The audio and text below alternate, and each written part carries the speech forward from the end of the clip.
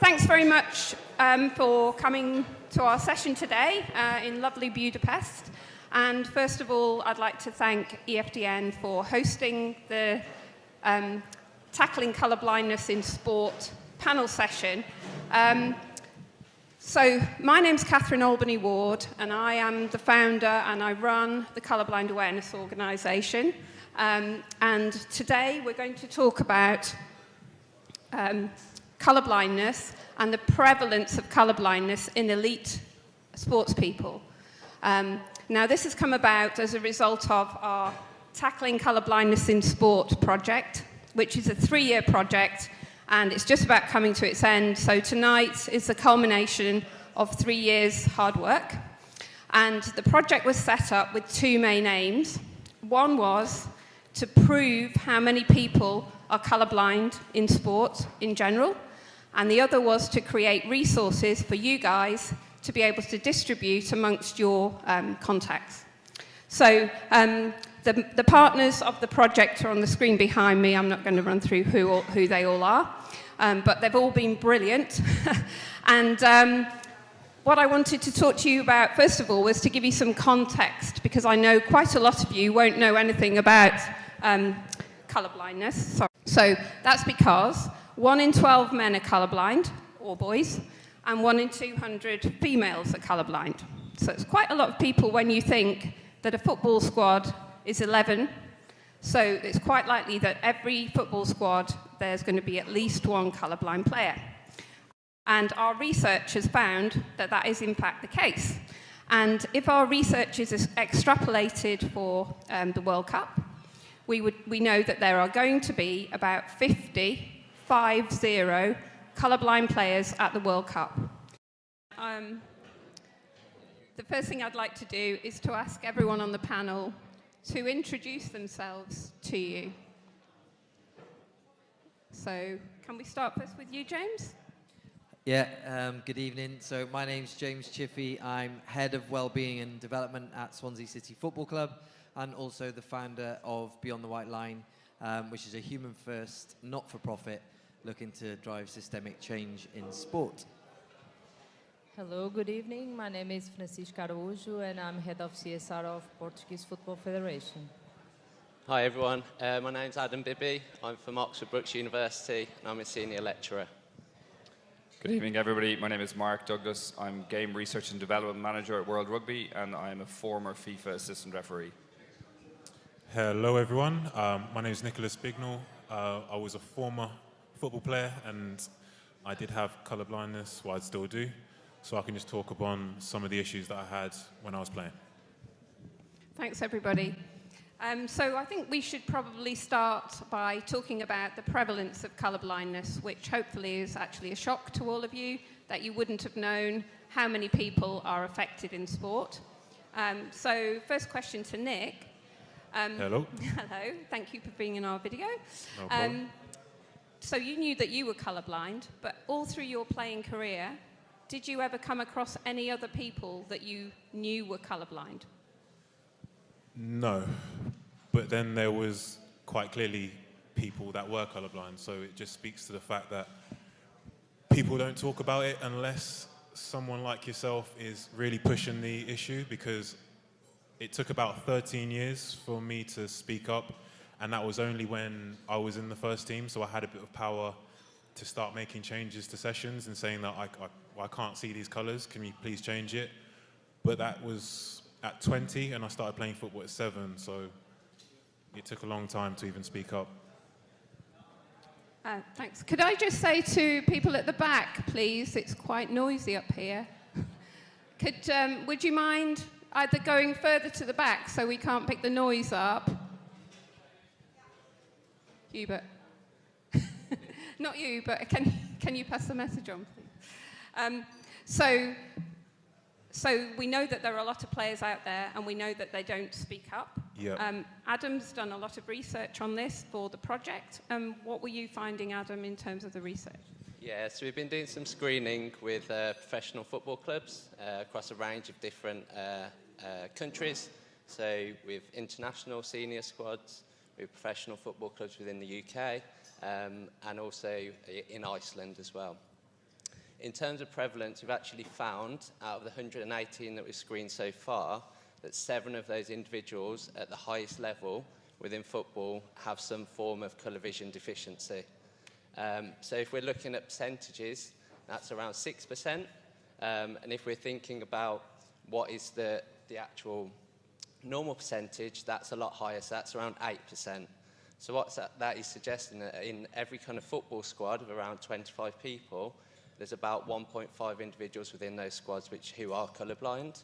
At the same time, if we're not seeing the same prevalence within elite sport, it's suggesting that actually people aren't making it to the top. So we need to provide support for those individuals to allow them to actually excel. And Francisca and James, both your organisations are now screening or have screened for colour blindness. So obviously you find it as an important topic that you need your players to be supported. James, would you like to tell us your thoughts on what you found out? Yeah, I think, it became clear the numbers statistically were, suggested that there may be 1 to 2 players within each squad. With our club, it turned out to be accurate, and there were players that not only were colourblind and struggling, to be honest, or had cited that they've struggled at times during their career, but we've become now aware of players that are no longer, with our organisation or with others who never raised it. They didn't bring it to anyone's attention.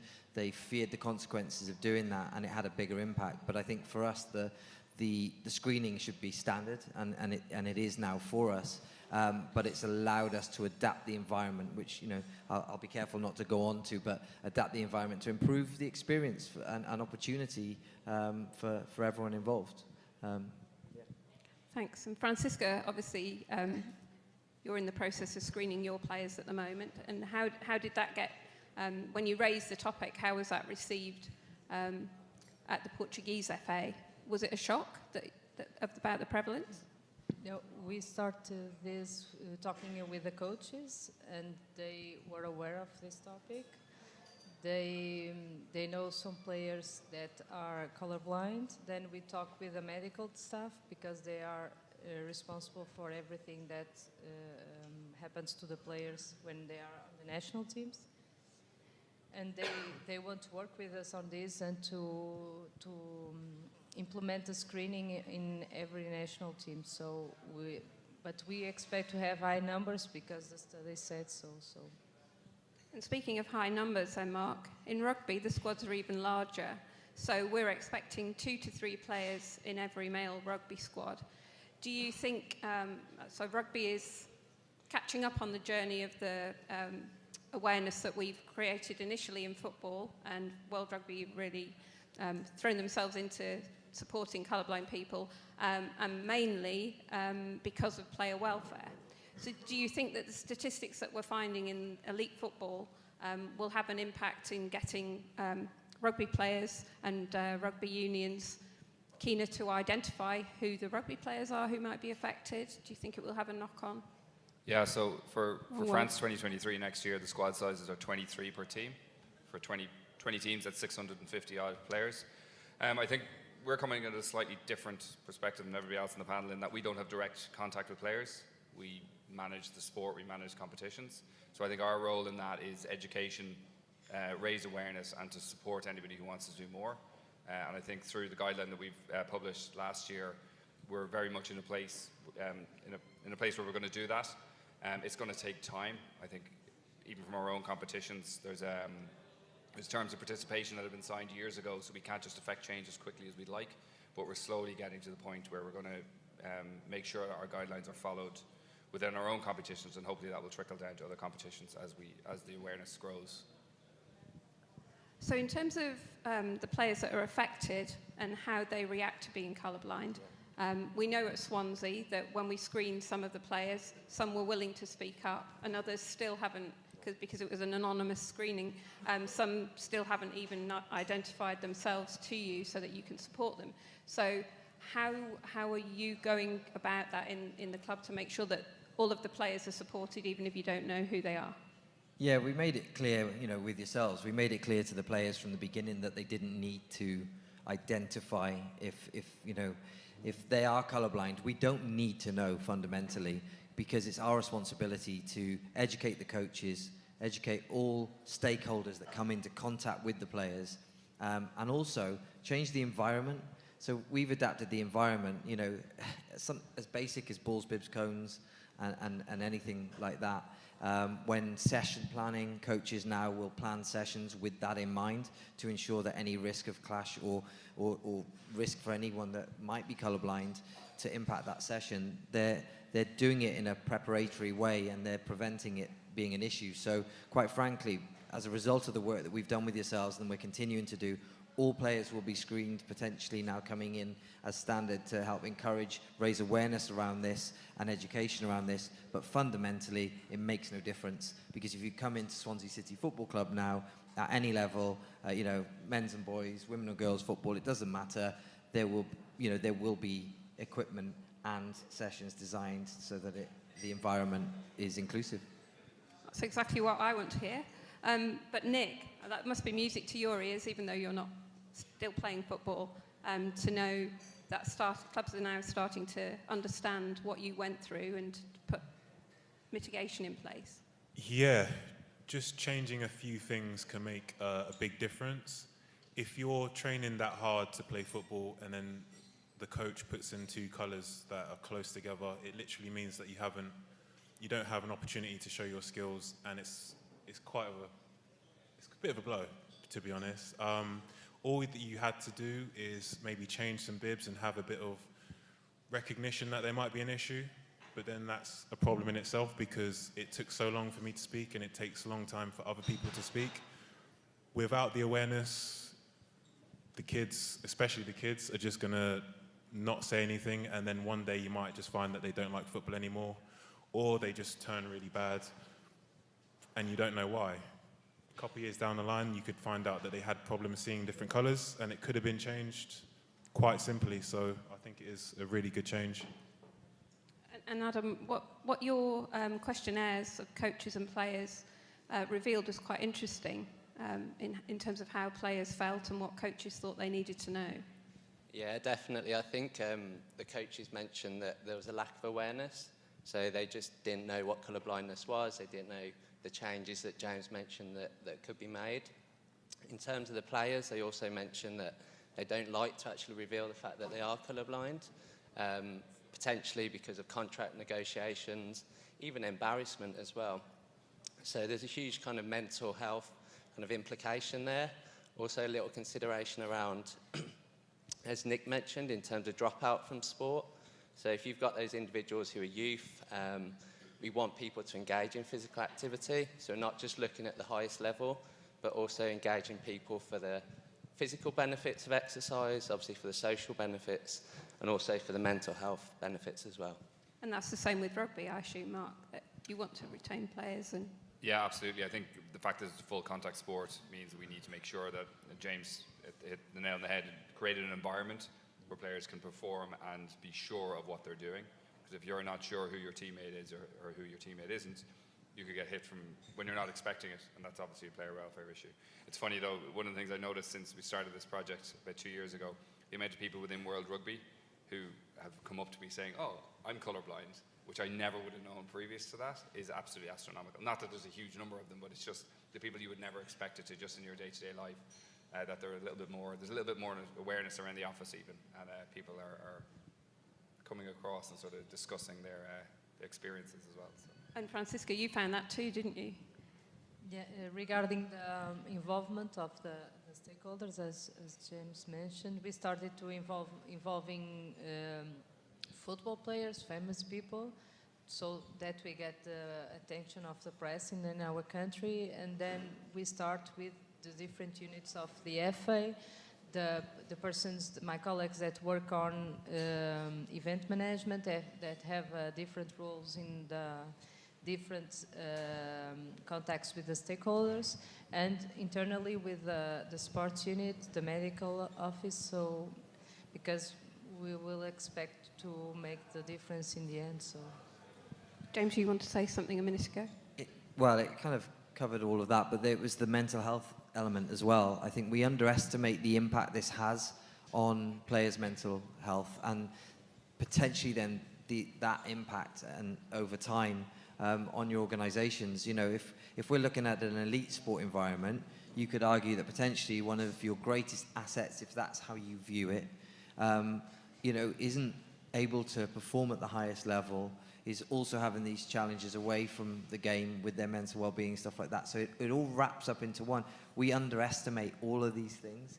Like, to some people, it may not seem a significant piece of the puzzle, you know, sort of 1.5 players per squad. But these are human beings that are in, you know, who this is their job, this is their chosen career pathway. I think it's a huge thing to overlook. Yeah. And to think, I've obviously have a lot to say about colour blindness in sport, and I'm trying to be very quiet and let everyone else have a talk today.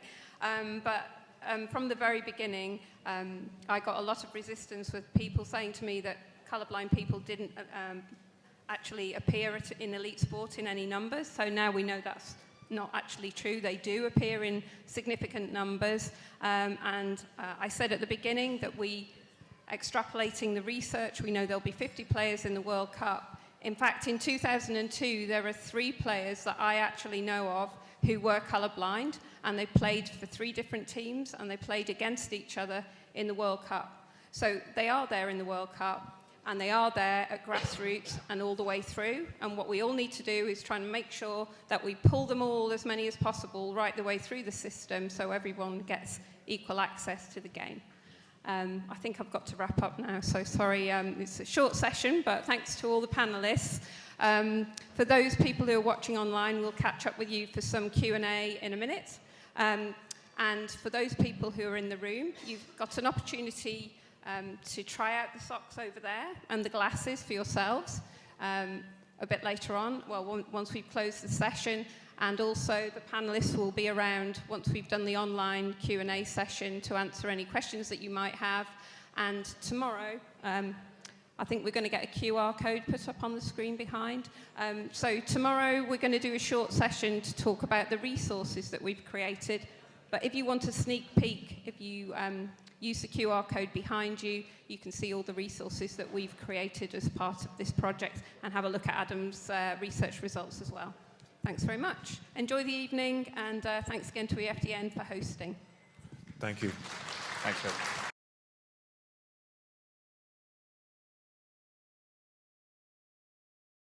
Go ahead, Adam. Yeah, hi guys. Thank you very much for giving up your evening and coming along to this Q&A session.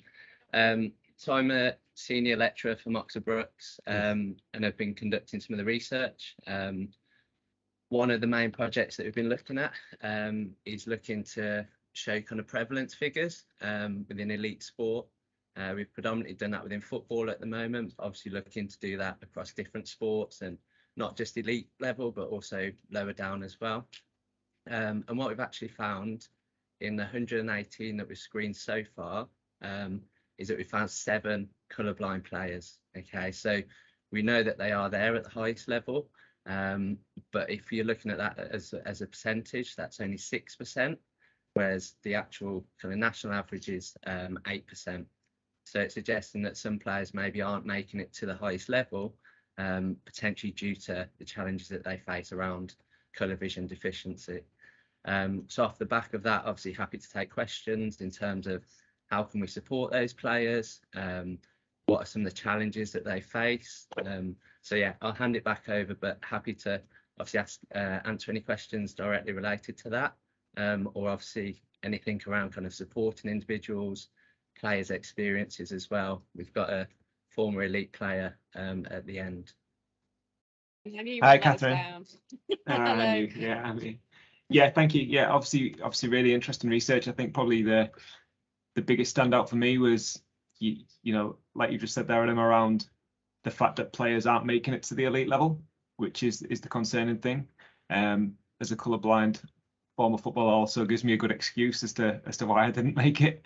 But I think that for me now is in my role as a coach developer, that's the and I've already discussed, you know, that research since it was released this morning with internally with the FA around that and how we can, I suppose it's not really a question, it's is just, it's got me thinking about what is the biggest thing we can do to make sure that those players are getting the best opportunity. And obviously, Catherine, we've worked together in terms of putting, resources and things in place. It's just, now we've got that really fantastic and evidence. It's what's the next step, isn't it, in terms of providing that? So I know it's quite a broad question, but just, obviously digesting the research this afternoon, having seen it for the first time, I think that's the big question for me going forward. Yeah, we were just talking after the panel session, and one of the things we'd like to discuss maybe as the next step is where the resistance is coming from for change at elite level. I mean, James, you raised that particularly. Yeah, basically, what do we think the resistance is being caused by? I think from my view is what I've come across so far is a lot of people like to hide behind the fact that well, we didn't have to do anything before, and is it really as bad as you're making out, and do we really need to do anything? Why should we? And it's breaking through these preconceptions of there's no need for change, which is the hardest thing, I think, from my side. James, what you wanted to say specifically? Yeah, so I wear two hats. Obviously, I'm head of wellbeing and development at Swansea City Football Club, so there's very much the organisational hat there, and then Beyond the White Line, which is a not-for-profit that I founded sort of in 2018, comes at it through a slightly different lens. So if I may, I'll go with that hat on and sort of cover the badge for a second. My experience to date, until working with Swansea, was just pure resistance across a lot of these areas. So whether it be colourblindness, whether it be neurodiversity, whether it be mental health, anything really away from the pitch to do with the human being, it was always met by stakeholder resistance and at the most senior level at times. And I think for me, that's been the biggest breakthrough with Swansea. I mean, it really was, a blank page where there was no resistance at all. It was welcomed, if anything. And that's enabled us to change the environment, to change the culture, to change the attitude towards these things. And obviously with the data and with the study, and it's, then it's been backed up. Going back into my Swansea hat, it's been backed up then when we've done the screening and established that there are players within our first team squad and our academy all the way through. It was really for me a simple shift. It was, and I said it in the panel this evening, and I think Nick definitely as a former player and yourself could have benefited from this, but it really doesn't matter whether you are colourblind, whether you're not. I mean, yes, we need to raise awareness and educate, but it should fundamentally be create the environment, educate coaches so that it doesn't matter. So if you come into that system, system is already built to accommodate you in the best possible way. Yeah, and therefore absolutely. You can thrive, you can go through it and have the same experience, you can reach your optimum levels. And then if you go on to do something else and leave football, it doesn't matter, your experience within it was a positive one. So that, for me, that should be standard. And that resistance, just to finish on that, sorry, the resistance is what I really want to change, and use Swansea as this case study to drive that systemic change. And I think that's what's got to happen for us to make any grounds. And I know that you said that it would have made all the difference for you, your experience coming through. Sorry, I'll turn this so you can see it. Yeah, following on, from a player's perspective, what you're looking at is an equation of what your value is and how much you can make an issue out of something which other people might not find an issue. So you're there to train, you're there to play to your best potential, and there's a barrier to your playing. You actually can't differentiate between the two teams or different colours. To tell a coach that at a younger age, the coach is looking at what's your value to me?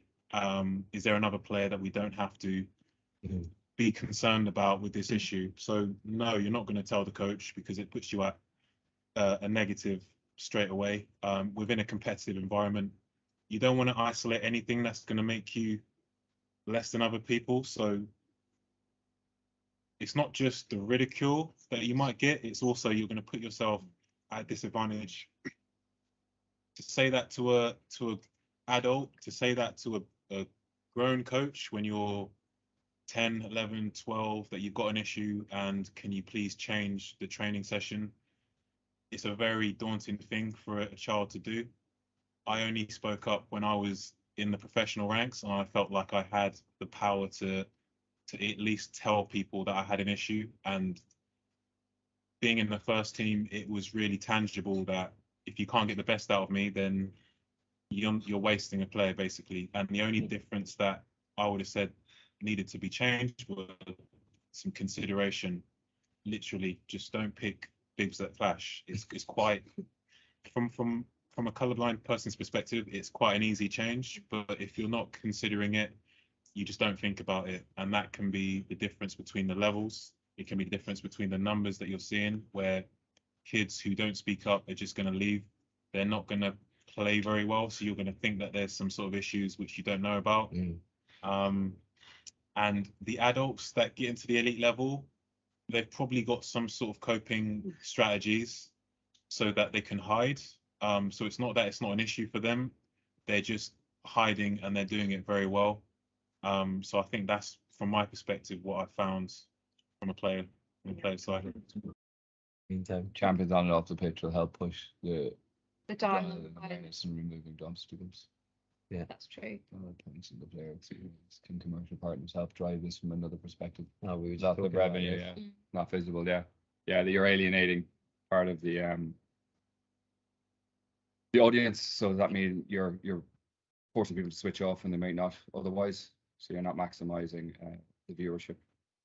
Yeah, and it's not just that. There's a backlash against the sponsors of organised. I'm not going to name them, but the sponsors of certain competitions are now starting to get backlash from fans. Not moving on from the players, but just talking about fans for a while.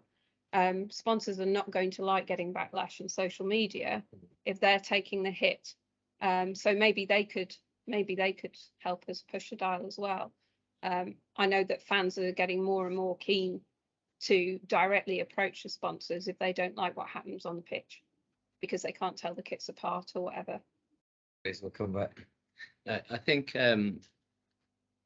we mentioned there in terms of people switching off, especially watching games on the TV and things like that. The other way that you could look at it is, there are traditions. So, for example, one of the kit clashes is red and green. So Wales versus Ireland. There's guidelines from World Rugby in terms of avoiding those kit clashes. But are the sponsors reluctant to change certain kit clashes because that's who they want to see their fans wearing those certain kits? Do they want to sell more kits to those individuals? Yes, there's third kits within football as well, which even if those two colours of the home and away kit aren't necessarily good enough in terms of that kit clash, is there a third kit that individuals can bring in? So we know that there are some guidelines, especially for the English Football League as well. The guidelines is a great start. Obviously, we need to make sure it's actually implemented and people are taking this on board. That's really the next step.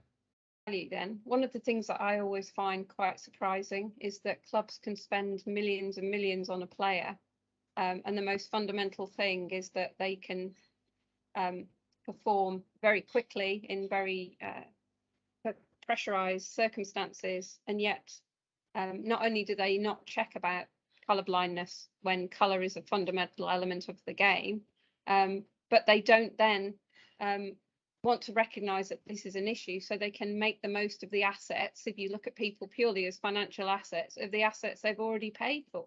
That makes no sense to me at all.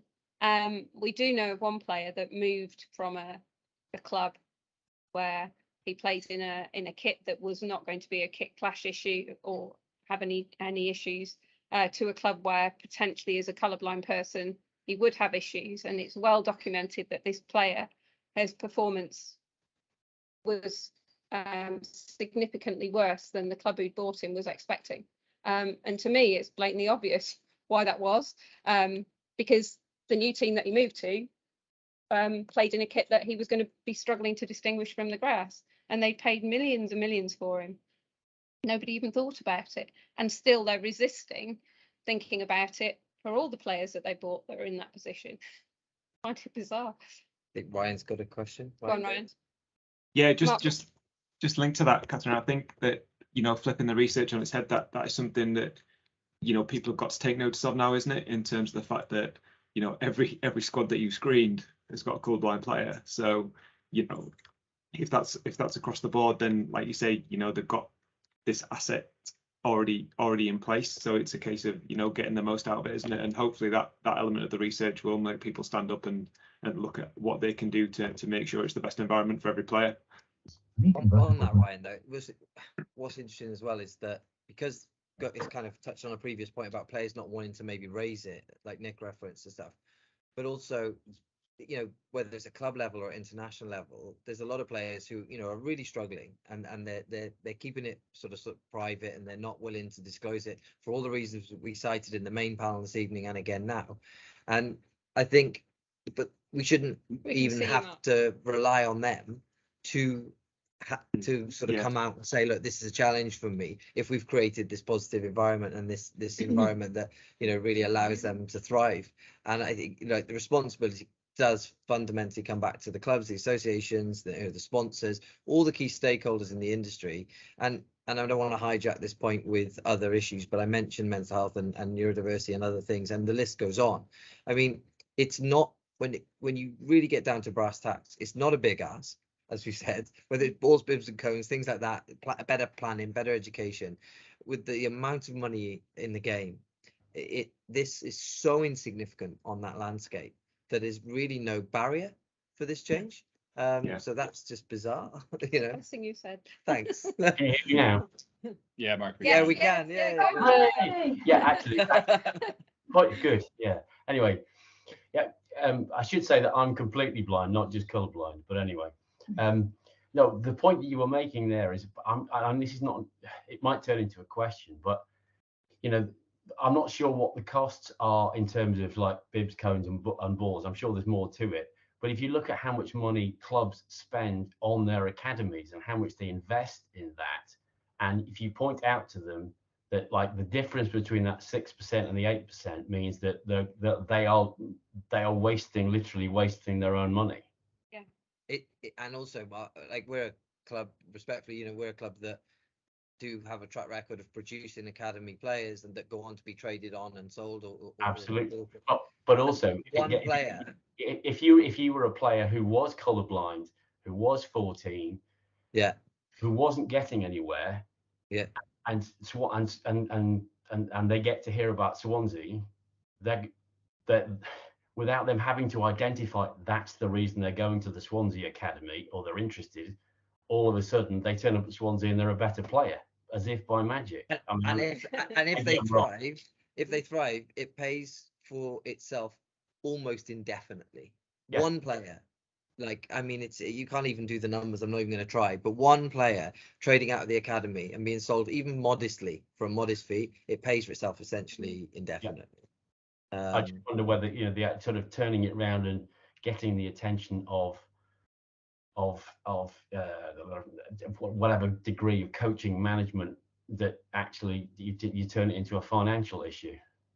I know the world shouldn't be that way, but that's how you might get the attention of somebody who.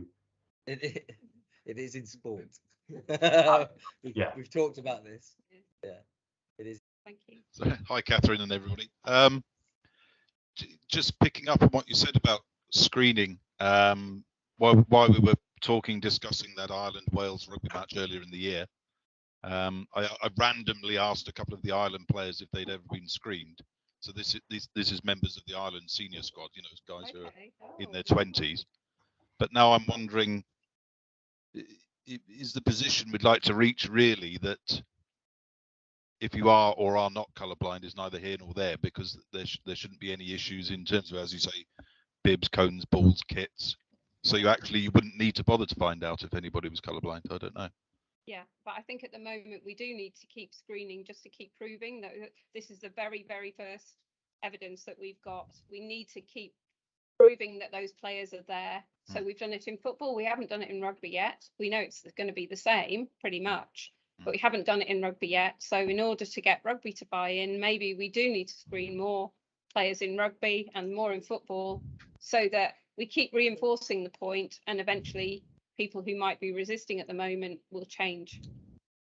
Yeah, and I think the difference in rugby is there's more players on the field, so more likelihood that there is a colourblind player on the field. I suppose conversely to that, I suppose the way rugby is played and the structure of it means players aren't scattered around the field quite so much, so there's maybe a little bit more opportunity for people to hide it. But as I think we've all been saying, it's putting players in a position where it doesn't matter if they're colourblind or not. It's the ideal situation. Yeah. Hugh, the screening as well right now, like I agree with you. Ultimately, we'll get to a place where we shouldn't need it at all. But the importance of it right now is still really there, because even for myself, with a club as progressive as ours, and who open their arms to this kind of this research and doing this body of work, I still will have had to have built a business case, to go to our, sort of CFO or whomever and say, look, this is the spend, this is what we'll need to commit to but now and ongoing. So I think, and whilst it's modest, and I don't think it's a significant barrier, until it becomes so standard, that change, I think we need the evidence right now to build a case for everybody to topple the dominoes, really. So I think, the screen is quite important for a little bit longer. Would you agree? Yeah, definitely. Yeah. Yeah, and obviously very respectfully to Swansea and that forward-thinking approach. It's important to get the bigger organisations involved as well. Yeah. So we've got Francisca here from the Portuguese FA. So maybe you just want to outline. Can I just come in on something that Daniel said in the chat, which might be a question for Francisco as well? He said, is there any chance that UEFA can add this to club licensing regulations? Would that come under you in any way? Yes, from the Portuguese FA, we are now starting. We want to screen all the national teams. I don't know if we will have the chance in the end to screen the national A team, but the other ones for sure. Regarding UEFA, we don't know. They are adding a lot of inclusion topics to the licensing, so probably they could add something like this as well. Yeah, I think so. I mean, there's no reason why they couldn't. Yeah. It's just that, do they want to? I don't know the answer. We'll have to ask. We will ask. Yeah. And just a follow-up question. It's Nick on the end, isn't it? I'm sorry, I don't know Nick's surname. Yeah, Bignall, Nicholas Bignall.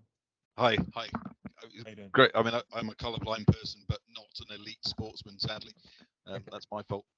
Could you have been? But I was colourblind at my amateur level, so I understand what you were saying. Is there, in players' minds, do you think there'd be a barrier to getting screened? So those players I asked, they hadn't even thought of it, I must admit, but from the player's point of view, would there be a reluctance to be screened, do you think, or should there be no reluctance there? In my head, in elite sports, probably, only because it could lead you at a deficit, or it could put you under someone else.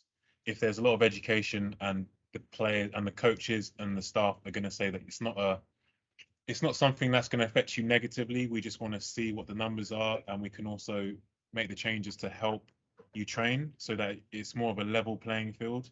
Because in competitive sports, you are going to get deselection, but you want it to happen where you've given your best and you don't have anything to say that I was struggling here and I didn't get any help. So I think as long as you educate the players as well and say that you're not going to get affected negatively, screening would be a good thing, because you'd find people that are keeping quiet, or maybe they didn't know or realize. But it's just around, you want to be careful in elite sports, because any little smell of not being on the same level as everyone else is something that people run away from straight away. So you'd have to be careful. Adam just reminded me as well, just to share with you, when we did our screening, so it was all anonymous. The players were given the opportunity pre-screening to disclose once the results were in, if they wished that to be declared to the club, they could, and if they didn't, it remained anonymous. And also, when the players went into the screening itself, they weren't going in by name, so like even the people screening them weren't aware of their identity, and again, it was their decision whether they wished to disclose that. I absolutely agree with Nick. There was anxiety amongst some of the players around this, and it was no surprise to me because from the Beyond the White Line stuff, I've heard many times players cite the fact they don't want clubs to know if they're struggling, whether it's with health or fitness or medical condition or mental health or anything really.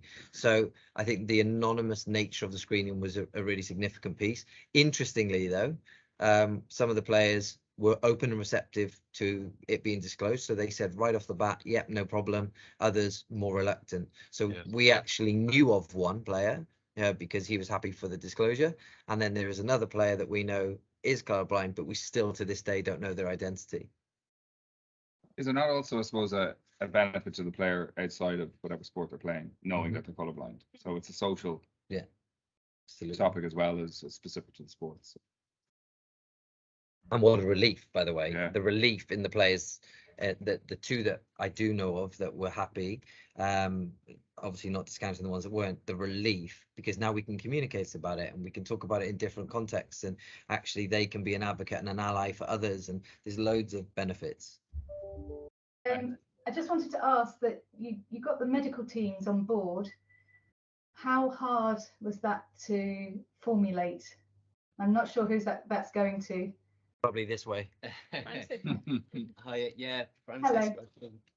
I didn't understand the The question. medical teams, how hard was it for you to get your medical teams on board with the screening?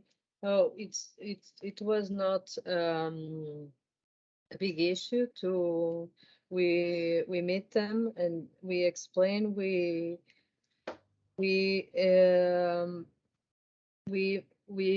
show them the studies that we have from Adam, that the numbers from the in general perspective, and then they said that it will be important for us to screen the players to see what is the prevalence in our national team and our national teams. So we are starting now. Probably in 1 month we will have some results, and then it will be easier for the medical staff to implement the big changes. And since we have a new player in the national team, he will have to be screened for colorblind. So each time you mean? Each time, and then we think at the same time we could push the football clubs to do the same when they're in their clubs. So I think we will start, and now I think it will be a huge change in the future. I think so. It's interesting what we found about clubs that we know that screened previously before we started on this project. And what we found from players who we screened as part of the project, we always ask them, have you been screened before, and where have you been screened before? And we're finding that less than 1% have been screened at their clubs. There's one club that we know used to have a colourblind manager in the Premier League, and they screen all the players. And we know of another club in the Premier League where they used to have a colourblind goalkeeper, and they only screen the goalkeepers, which still makes me laugh. And we know of one European club that screens the players, and that's it. Everyone else who had been screened before, and that was just over 12%, had been screened by the optometrist, and one of them had a colourblind brother, so that's why he was screened. So people are just not even thinking about it. So to get this buy-in will be fantastic, if national squads are doing it. Yes, Mark. Yeah, I mean, again, this might be something that's already obvious, but it strikes me it's almost part of a safeguarding issue for players in the academy, isn't it? Because the safeguarding officer has to look after the welfare of the players. Yeah. So Mark, Mark's going to answer, but yeah, that's where it sits for us at the moment. Actually, now Right. Our head of safeguarding player care teams, they wrap around this massively. So they were part of the screening process in pre-season, but also from injury prevention and other sports. Yeah, I suppose just from our perspective, we approach this from a player welfare perspective, looking at it being a full contact sport, and if players aren't certain about who's around, and then there's obviously an increased risk to them, based on the jerseys being worn. But it's very much front and center from a player welfare perspective. Where we're Yeah. And it's almost like the players need to be told that that's part of what the safeguarding are doing, you know, to be promoting it internally almost. Yeah, agreed. Yeah. I think as well, without when we talk about high performance elite sport, you know, it is a very small population that we're talking about. But thinking about people at the lower levels as well, I know we've mentioned the academies a little bit in terms of financial loss, but the huge mental kind of health implications for those individuals that are dropped from academies at young ages.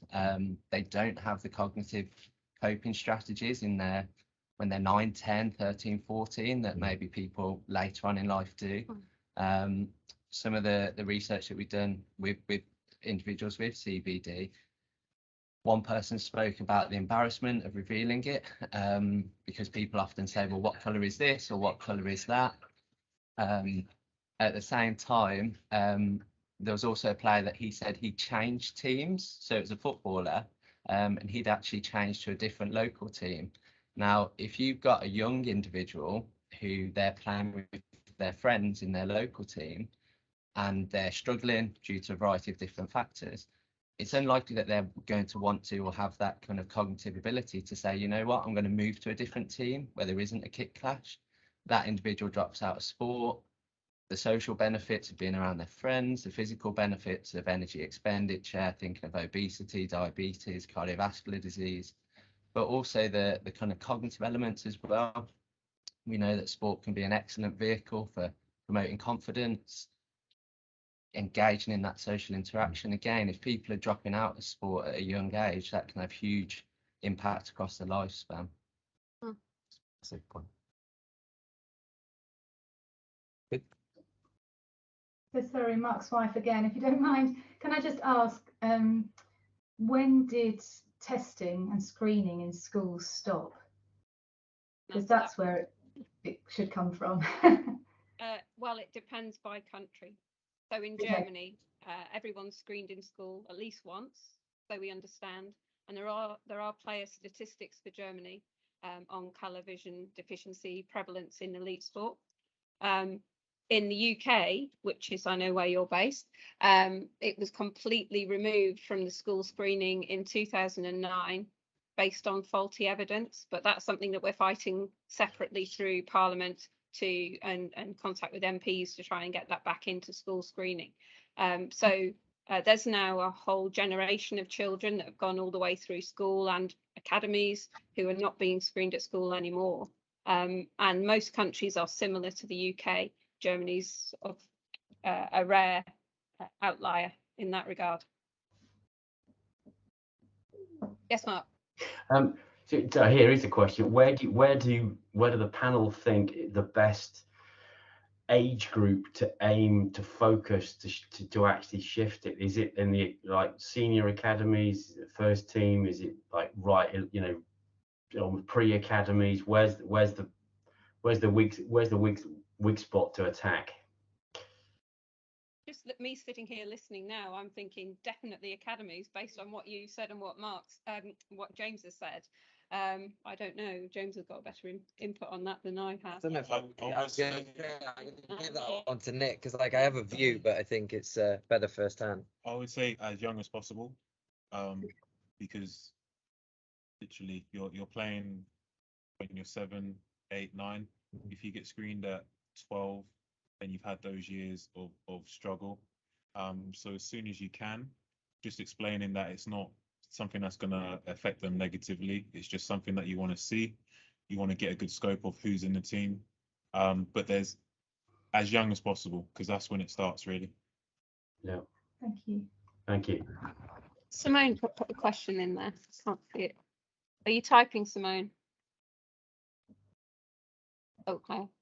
Oh, I have to leave. Really sorry, I have to jump off. I've got to collect from sports practice, but I'm fully invested in this and would really like to continue working with you to help push this. I'll be on the phone shortly. No, seriously. Well, after the pickup. Yeah, not today. Yes. Speak very soon. Thank you. Thanks, Simone. Thanks. Two participants left to call. Jamie's typing something. Again, it was just a similar. I'm mindful you need to wrap up at 8, so it was just to say thank you very much. I'll catch up with Mark, but and Catherine. Look forward to supporting this further. Thanks, Jamie.